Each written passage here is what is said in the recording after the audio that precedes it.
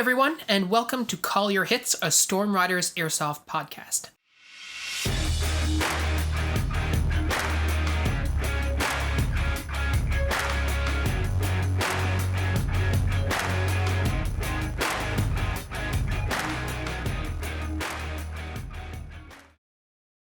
Thanks for joining us, everyone. Today we're doing another round of Q&A, questions submitted on YouTube or on the Discord that Pat and I are going to take a crack at answering. So right out the gate, let's do one that is more in Pat's wheelhouse, let's call it. But what is a good budget Milsim AEG build?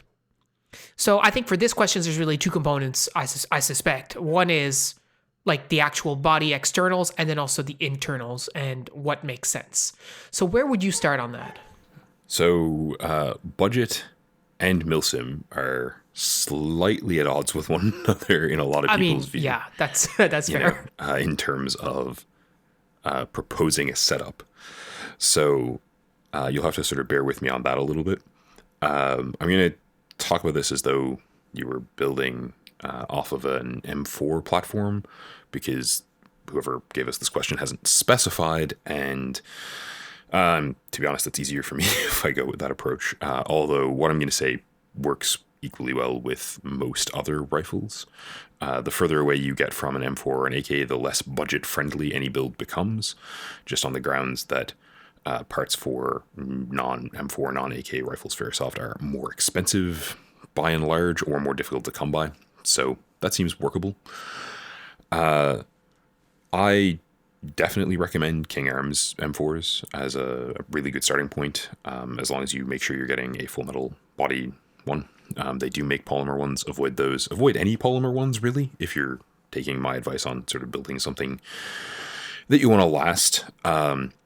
And it's not like they're super expensive either. I mean, you can get a King Arms M4 full metal for a couple $100 Canadian, right? So I would say that even in the US, if that's where this person indeed is located, then it's even cheaper, I would suspect. Yeah, I mean, they're definitely in the affordable range there. You know, if you really have your heart set on another external aesthetic, really, then drop us a message on the Discord, or otherwise forward us your question and I'll try to adjust from there. So start point wise, we use that body because we've failed to break them. And I wouldn't quite say I have failed to break them. Let's be very clear on this. Yeah, right. We haven't done what I'd call destructive testing, but like they've fallen down a hill with Phil and fired afterwards. So it's true. That's a pretty good starting point in terms of just a reliable body is really good. And I know that I said that this was mostly in Pat's wheelhouse, but I think it's worth thinking about as well. Anytime you think about a build, right, think about what you're actually trying to achieve. And so when it comes to Milsim, obviously not all Milsims are built the same, right? The type of gear that you're going to be bringing to, like, based on what we were talking about on the Discord, like to an American Milsim game, is probably not going to be the same loadout that you take to Milsim West, as an example. I wouldn't know, having gone to neither, but just, based on the conversations that we have. But what I can say is that there are certain things that are going to be a factor at any Milsim game that you realistically play, if it can really call itself a Milsim. One of them is going to be ammo capacity, right? So you may be able to shoot full auto, or you may not be able to shoot full auto, but ammo capacity is going to be a thing. It's a thing at most Milsims. And consequently, you need to think about, okay, well, if you're going to have capacity limits, what are the things that are important when you're building a gun in keeping that in mind? So before we go into the details of the specifics, I think it's really important, like, what is your gun going to have to do? What are the conditions under which it's going to have to operate? And then figure out what budget pieces you want to invest in. And I would, spoiler alert, if you're playing at a Milsim, you probably don't want like a super high RPM build, because you're not going to get the use out of it. Right? It's a great way to run out of ammo. Yeah. I would also note, like if you're looking at this as a Milsim build, so like I don't normally count this as quote unquote part of the build, but a good supply of mags that you can mid cap or low cap for your Milsim is probably actually the next thing you're going to buy. So those King Arms M4s, they are relatively speaking, a budget model. So you get a nice metal body, but like the internals are nothing to write home about, if I'm being honest. We pretty much rip the guts out of them and go. Yeah. That being said, I have fired them. It's okay for a stock AEG, and realistically, if you're going to a Milsim event and you don't have a ready supply of mags, you know, one of the nice things about the King Arms body is that it will work pretty well with your cheaper plastic mags, so you can go that route and get away with it. You know, or you can pick up some nicer mags depending on, again, your budget. This is really the reason that, you know, like budget and Milsim are sort of an odd pairing. Not in the sense that like you can't try to do Milsim on a budget, just in that random skirmish on a budget has a much cheaper price point. You know, yeah, right. You can take the you know, the mid cap that comes with almost every M4 model or AK model that you will buy and just use it for a while, right? And like, yes, you know, we will make Morocco jokes about them, but they work. There's no real inherent problem with the things other than sort of rule of cool ones, if you will.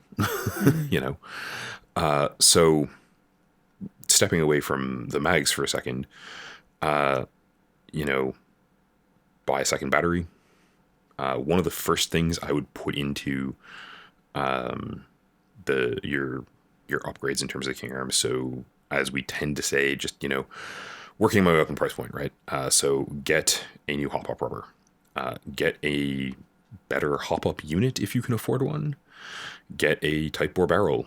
If you can get an R-hop put in the Type bore barrel, even better, right? Or if you can figure out how to R-hop or S-hop them, whichever you prefer, right?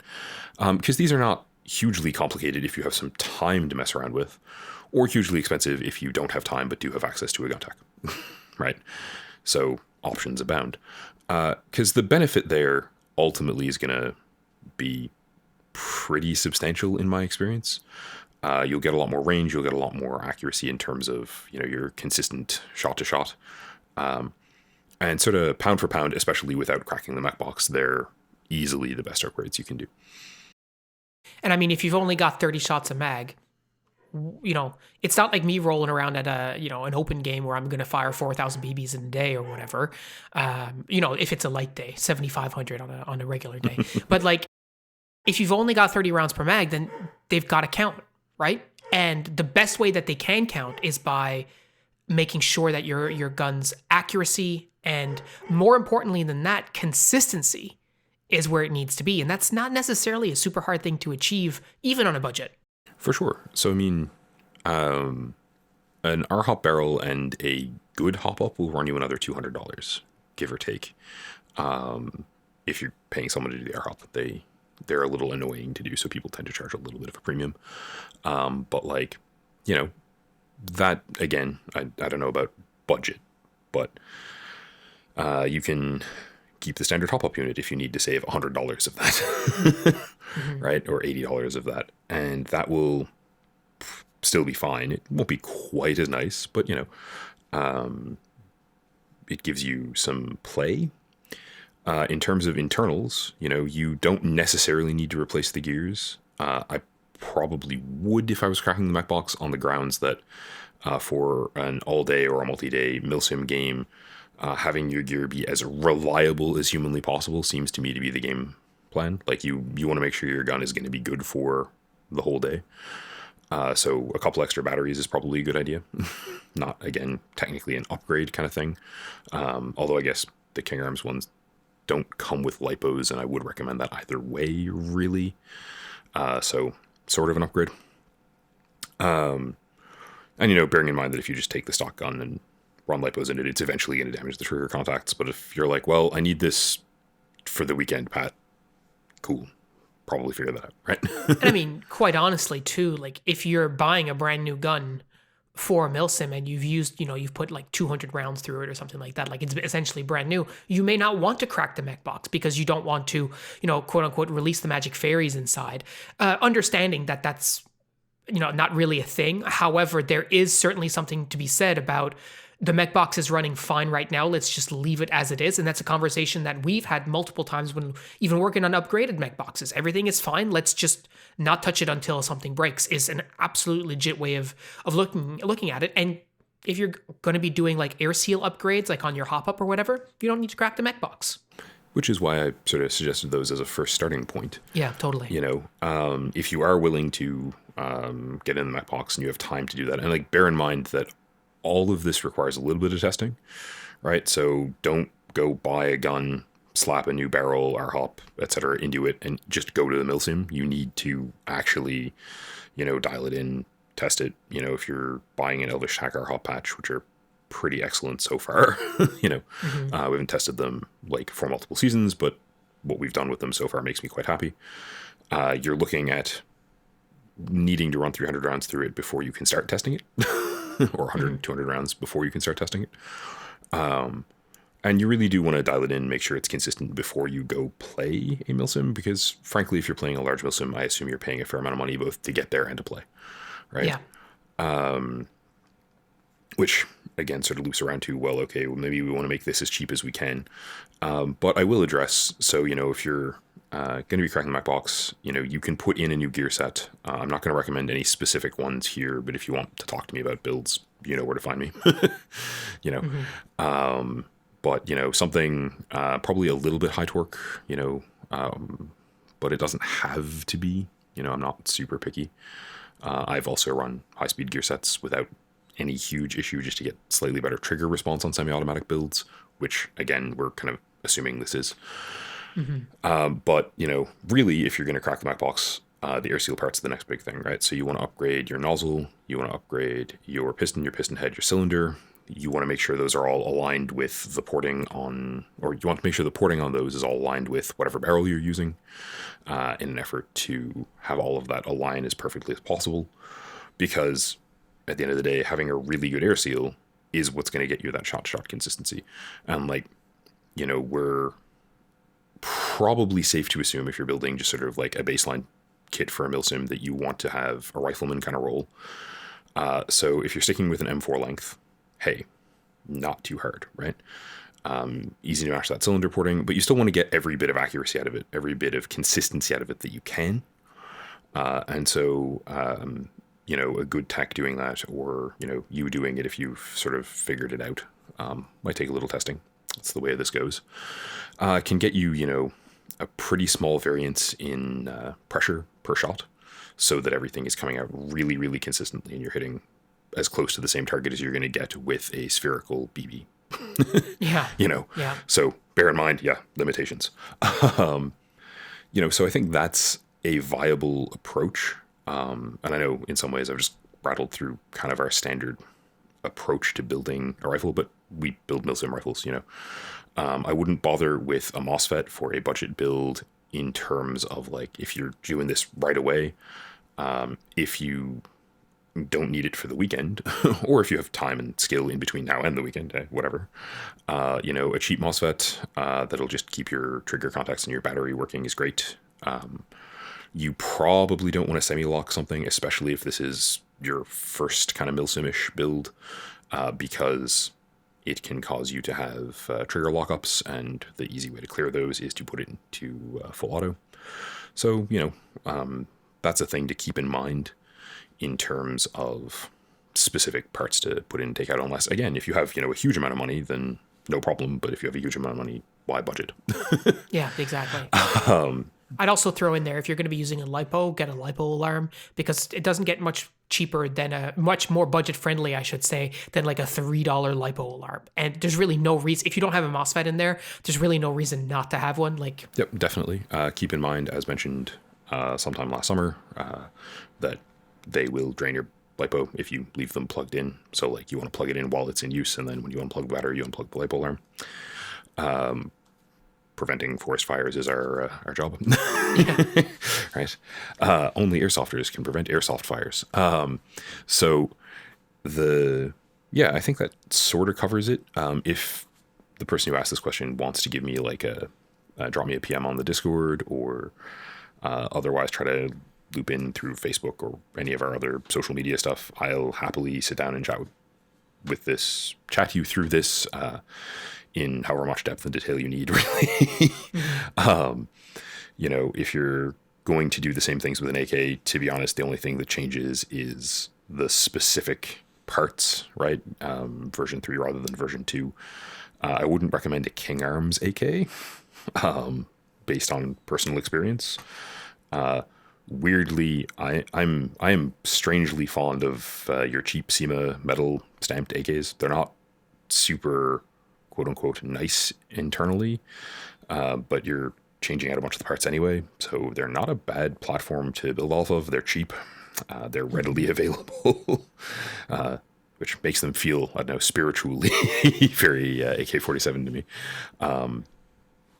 There are other AKs out there that I'd recommend, but none of them come even close to the idea of a budget build. So we'll just, leave that with you as a starting point. There is no such thing as a budget bolt action.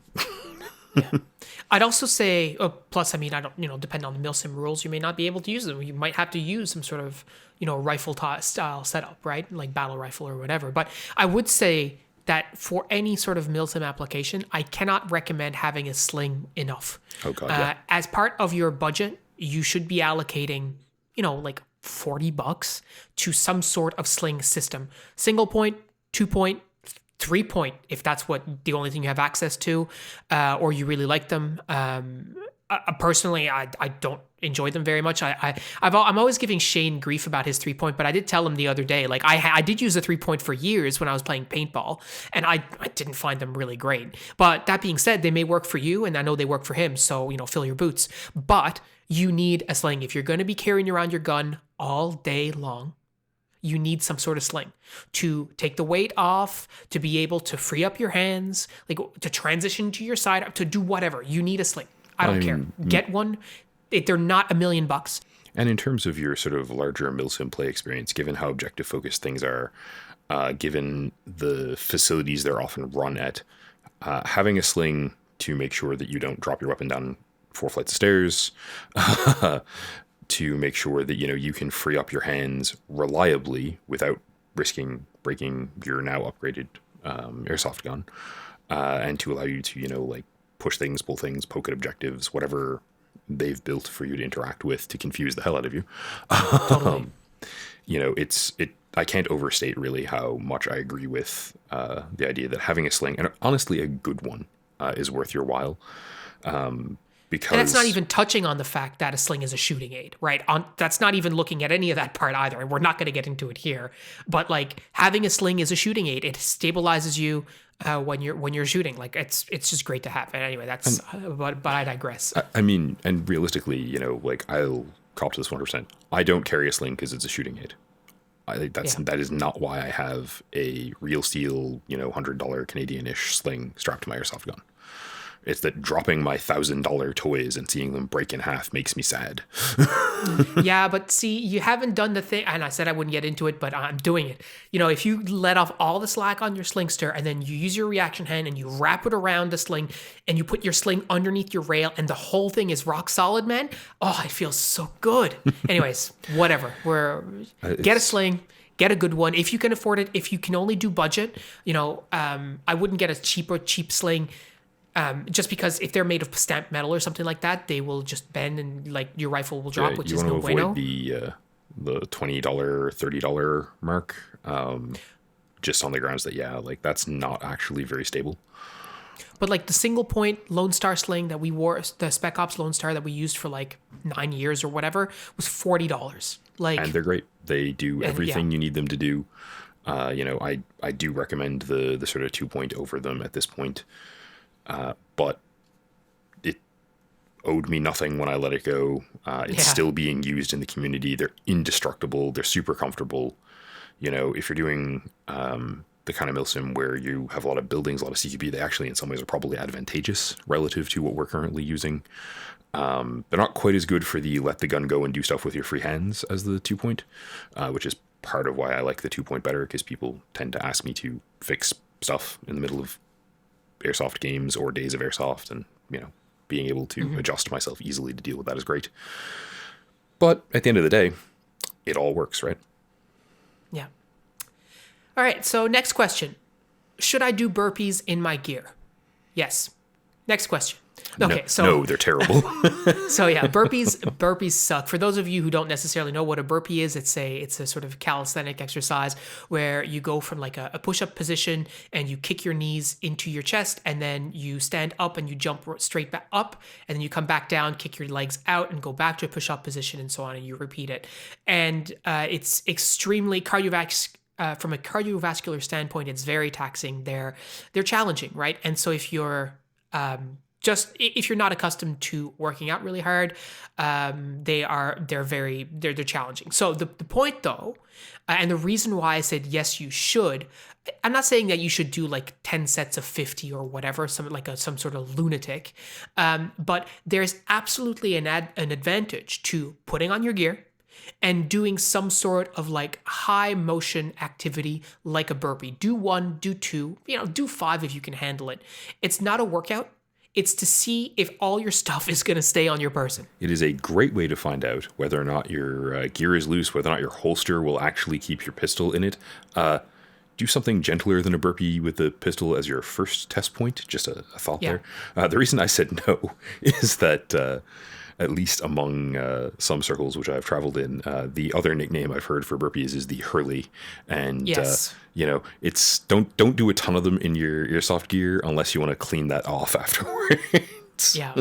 And I mean, like, there's a reason that they're a punishment at most like fitness classes and stuff. They really suck. I think they're a punishment at everything. Again, like, it's really hard to overstate how eye-opening it is to put on all your kit and then jump up, go back down, kick your legs out, and then stand right back up and jump up again and fly and watch all the pieces of kit fly off yourself. Like, then you're like, oh wow. Because when you're playing a game, like, you might say, well, Phil, I'm never going to jump up and do that kind of stuff when you're playing an Airsoft game. Well, that's true in that specific context, but there are going to be lots of times where you're running from cover to cover. Maybe you smash into a wall. You're like under fire, and so you're running as fast as you can. You just crash like onto a wall or something like that, or you slip and fall, and you pick yourself up and you keep running. If that happens to you, you want to make sure that all your stuff is where it's supposed to be. That you're not looking back and being like, hey, where's my sidearm? Oh, I left it, 150 feet back there, right? Or whatever. Where are my mags? And so, well, yeah. I remember like one time, the first time Johnny wore some sort of battle belt or whatever, and he was running around in it, and like the second he took off, the mags just flew out of his belt. That was just watching John trail mags behind him was delightful. Yeah.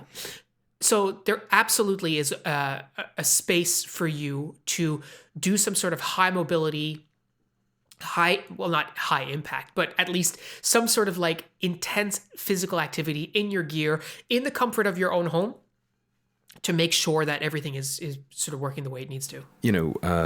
A sort of jump squat like a jump up from a squat will probably do you in terms of shaking that stuff loose. And I mean, this is a thing that we get people to do at training, just to be like, all right, your gear looks kind of loose, just do a jumping jack for me, right? And I was like, was that comfortable? If the answer is no, you need to adjust some straps, because it should be. Like, you should be able to do that range of movement in your gear without it, constraining you, hurting you, inconveniencing you, or leaving. I like it.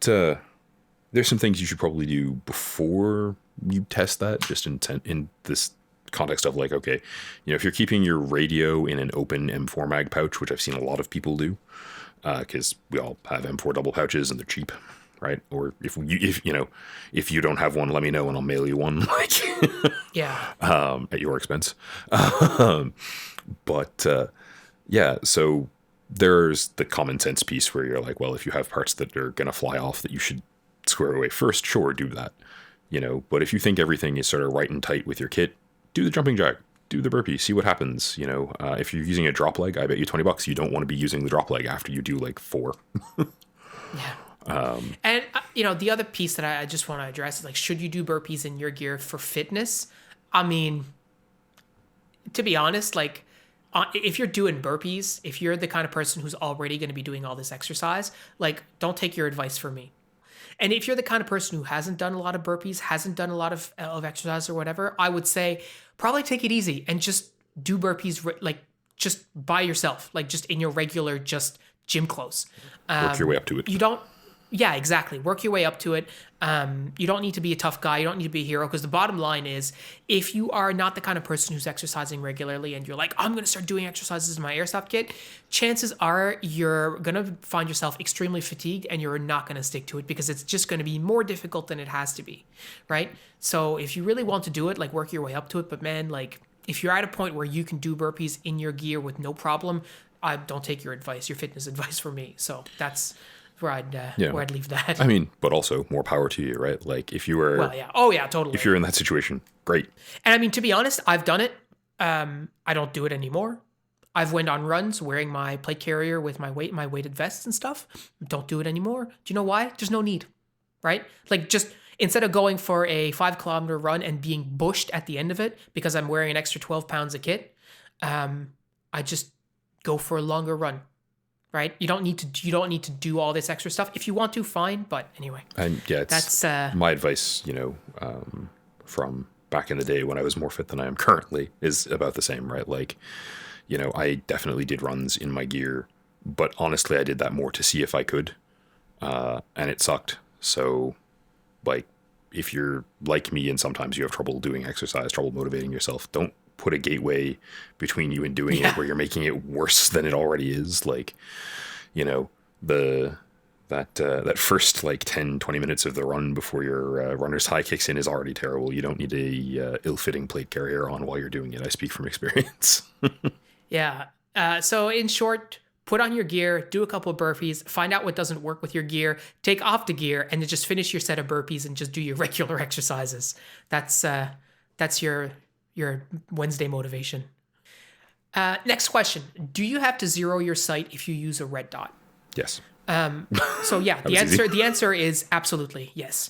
The challenge though is that sometimes if you're buying like a cheap replica red dot, you may not be able to adjust it. It may be just that's the way that it is. If you're buying a secondhand red dot from someone, you may find that the adjustment knobs do not work. I know, Pat, you have a sight that the adjustment knobs do not work. I don't actually, because I took it apart to try to fix it and then threw it in the garbage. Don't do what Pat does. It wasn't a good idea. But so I mean, if you're a newer player, you're just checking out Airsoft and you're like, I'm going to put some sort of red dot sight or something on my gun, you do need to zero them, right? They don't magically align themselves to the system that is your Airsoft gun. If you get one that does, please tell me where. Yeah.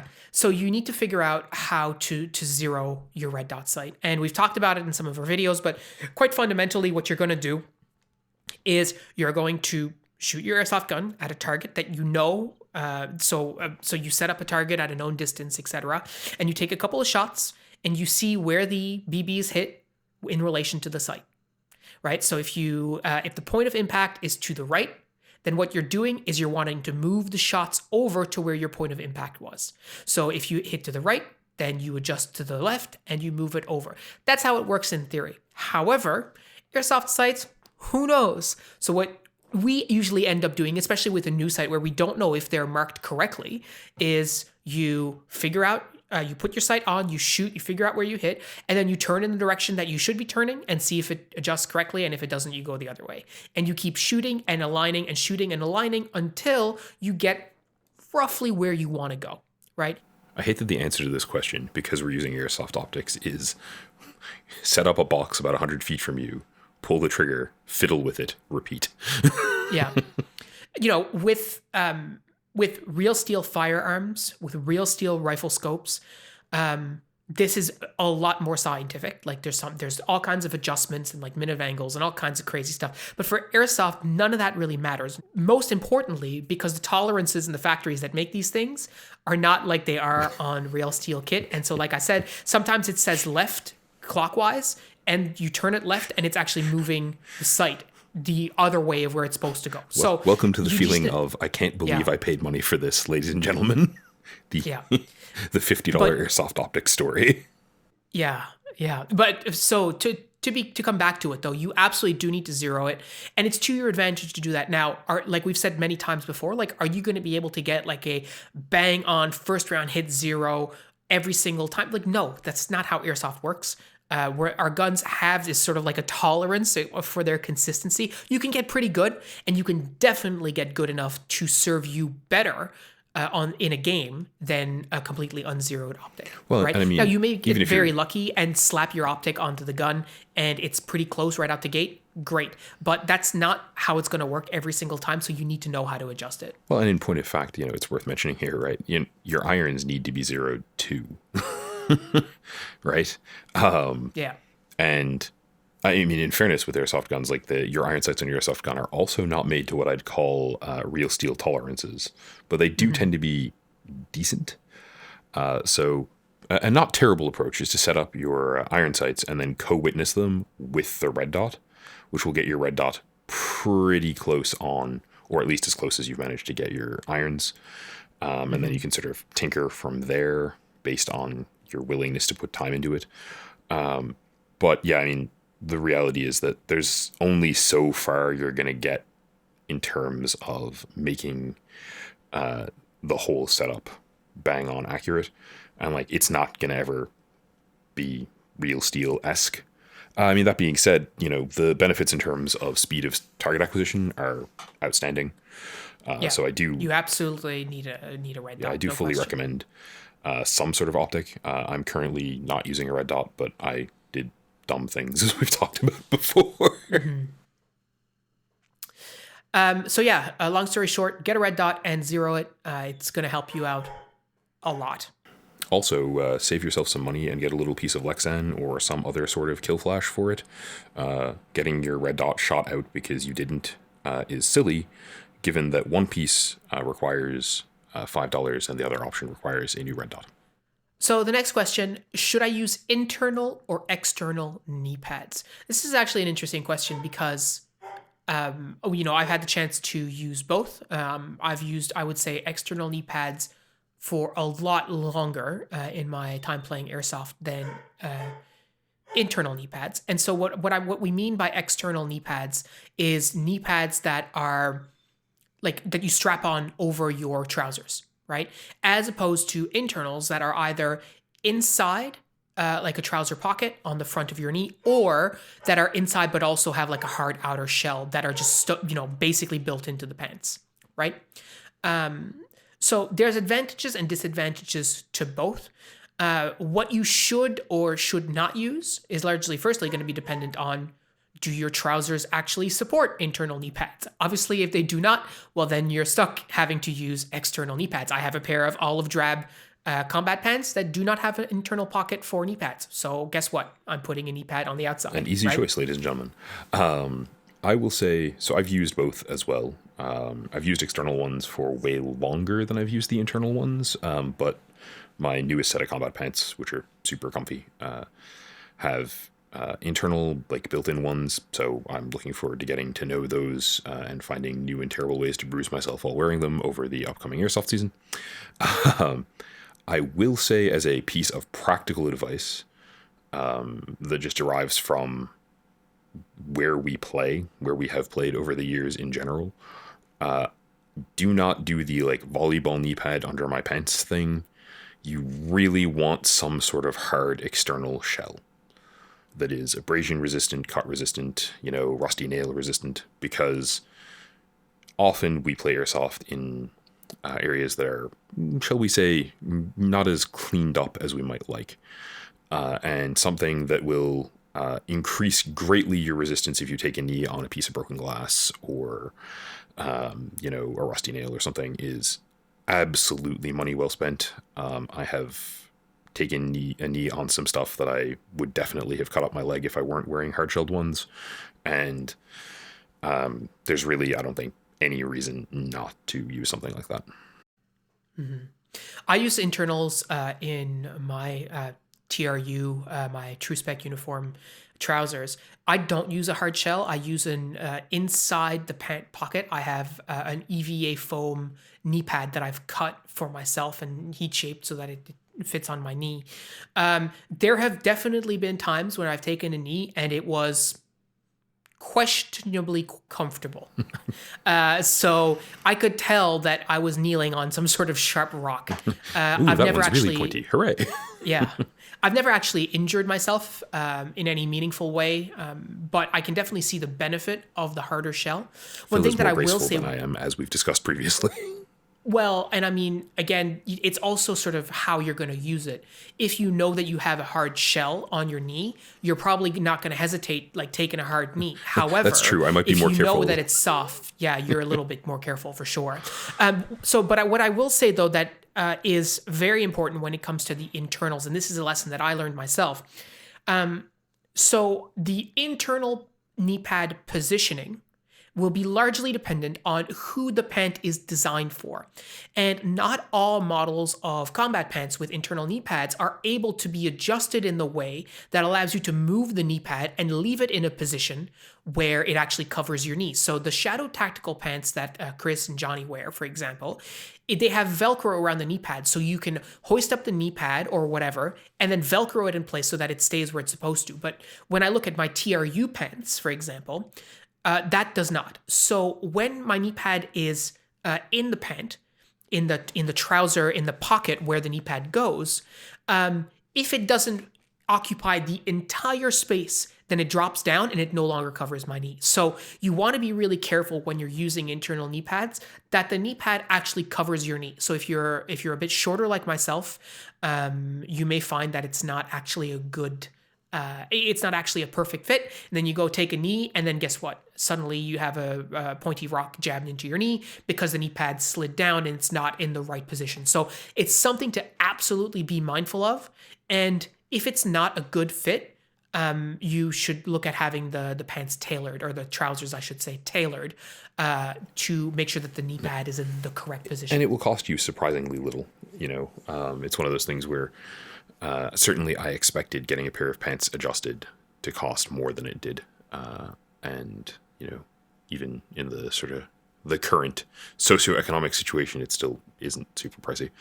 I think it's also probably worth pointing out that, like, if you're like me and you have subpar knees, I'm being charitable to my knees, the hard shell is an added comfort of mind when you're playing, in the sense that, like, yes, I definitely take a knee harder because I'm wearing them, but I also know I'm not going to mess my knees up any more than I already have, which is a benefit for me. Yeah. And I mean, the thing about it is, like, regardless of whether you go internal or external, just wear knee pads, man. Like, it's not that expensive. You can get a set of like Hatch knee pads for like $40 or something that are literally like, you can get repro knee pads that are pretty flimsy, but if you get like a Hatch knee pad, like a proper branded one, it'll last you forever. Right? You cross the straps behind your knee. It'll give you the flexibility that you need. They'll stay in place. They won't slip down your leg. They're awesome. They will protect your knees. And honestly, there's really no reason not to be wearing them if you're playing on a field where, especially if you're playing outdoors. If you're playing indoor Speedsoft or whatever, I can't really speak to that. But for us at our field, like, there have been games where I haven't worn them and I felt very hesitant to take a knee. And that's not what you want to do when you're playing Airsoft. Like, you really want to be able to react quickly, to take a knee, to go prone if you need to quickly. And if you're not wearing knee pads to protect your knees to do that, you're in for a world of hurt. Absolutely. I mean, I've had my set of, I think they might be branded Blackhawk ones, actually, because I was sillier when I was starting out playing Airsoft. But like, I've had them since I started playing Airsoft. They were very early in my kit purchase. I've worn them to every game I've ever played, pretty much, and they're still there. They're still indestructible. Yes, I do look a little odd wearing multicam knee pads on top of my Woodland or whatever, but they do the job. They don't really stand out in a meaningful enough way to bother me. So yeah, money well spent, and they're very, very buy once, cry once, right? Like, not even that you're really crying them much, like $40. Yeah, exactly. Amazon will happily deliver them to you. Yeah. All right. So last question for us today. This is a question that was actually asked on the Discord as a question of the day by one of the users, Avenging Archangel. And I really like this question. And I know that Pat didn't see it, so I thought that I would ask it here and we could have a conversation about it because I think it's really great. What they asked was, we've likely seen various kinds of players at the field, from the super casual players to Speedsoft to Milsim players, and all groups in between. When you go to a field, what kind of group or groups of players do you like the most out of a field's player base? The ones who are there to have fun. Like, just the ones who are laughing, having a good time. I mean, I like to win, don't get me wrong, but this is something to do on my day off as recreation, for fun, for a laugh. And so, the guy's having a good time. People nerding out about airsoft guns and gun teching is definitely also a group I gravitate towards for some strange reason. But my friends, and yeah, I mean, everyone, we say it all the time, but everyone on this team is on the team because they're someone you want to hang out with and like chat and, go for a pint if you're of age. Yeah. And as I think, you could exclude your friends and teammates from this question, because I think obviously, like the kinds of people that you like, well, obviously it's going to be your friends. One of the things that I mentioned as an answer to this question is, for me, I really like brand new players, people who are checking out Airsoft for the first time, or maybe it's their first, few games. Just because the same thing that you just said, Pat, is so true. Like, they're there to have a good time, right? New players have this sort of like infectious enthusiasm, right? Well, they're and excited to be here. Is not, right? Yeah. Maybe infectious is probably not the right sort of choice of words for the time we live in. But I think it's fine. What's interesting for me is that when I see people who are there playing, one of their first games or whatever, it motivates me to do a little bit extra for them, to make sure that they're having a good time, to make sure that they continue to have a good time and that they eventually stick around and want to come back and play more, right? And that doesn't always work because, I mean, it's not for everyone, and that's fair enough. But if you have, especially like a group of young players, and you tell them to like go and spray full auto and they just to provide cover fire for you or something like that feels cool for them. We've talked about it many times on the podcast before. That's awesome, right? That's a good feeling. It's a good feeling for you. It's a good feeling for them. That's fun. That's fun to be around, right? Absolutely. Like, go that way, make a lot of noise and shoot a lot is, easy advice to follow and enjoyable advice to follow, I think. And that can work out really well for new players. And it's funny, as Phil was saying, oh yeah, new players. I was thinking, yeah, new players are really good. Like, in the sense that I have something to offer them often in terms of like, oh, do you know how all of this works? Like, do you have any questions that I can square away for you real quick? Such as, what does a hop-up unit do and how does it work? Or how do I wind this high-cap magazine? Because that doesn't always get covered in the handout safety brochure, right? So it can be really good to work with new players in that regard as well. But, I'm also pretty willing to try to reach out to the people who, because you get them, people who are kind of quiet and kind of shy, and bring them into the sort of social circle, as it were. I am aggressively gregarious. Yeah, and the thing is, like, Airsoft is super fun. Like you said, like, this is something that we do for fun because it is fun, right? It is hilarious. When you think about objectively what it is that we're doing, it's so silly, right? So those players who are just checking it out for the first time, like, they're not taking themselves seriously. They're not taking the game super seriously. They're not, creating any sort of drama, or like they don't have an attitude of like, oh, they deserve to win because they've been playing for however long. And that's not to say that most airsofters are like that, but that attitude is, by the very nature of the new player, going to be absent. And right? That gives you a really good way of just not having to deal with that, right? Exactly. Yeah. I'm not a particularly pretentious person for the most part. And, I'm more inclined to hang around with people who are of a similar mindset, and I think realistically, anyone who is chill is probably my actual answer to this. Like, because I mean, most games that we go out, there are lots of people who are relaxed. There are a few people who are really high strung. I'm not saying I avoid them, but like, they're not necessarily the folks I want to have a chat with either. Yeah. Though, as I noted, right, I'm excessively friendly, and I'm sort of like, yeah, I'll talk to anyone forever. Mm-hmm. it's hard to understate it. Like, we have a really cool hobby. We have a really cool sport that we play. I want to share it with as many people as possible. That's why we have this channel. That's why we're creating this sort of community and this sort of content. Yeah, I mean, we want nothing so much as we want more airsofters. Exactly. And so new players are the way to do that, right? We've talked before about how the worst thing that you could possibly do is be crappy to new players, because that's not creating the kind of long-term community you're looking to build. And so conversely, for me, those new players are my life's blood, and I want to make sure that they're having a great time. And when they have fun, I have fun, right? It's like we've said before, the rising tide lifts all boats. And the more they do better, the more fun they have, the more fun I have. Yeah, well, I mean, why is it in Pat's interest to be nice to new airsoft players? Because then Pat has more people to play airsoft with. So yeah, so I mean, that's it for our Q&A for today. We hope you guys found it interesting. As always, we always say it in the, you can find it in the podcast description as well as the episode description. You can find the link to the Discord.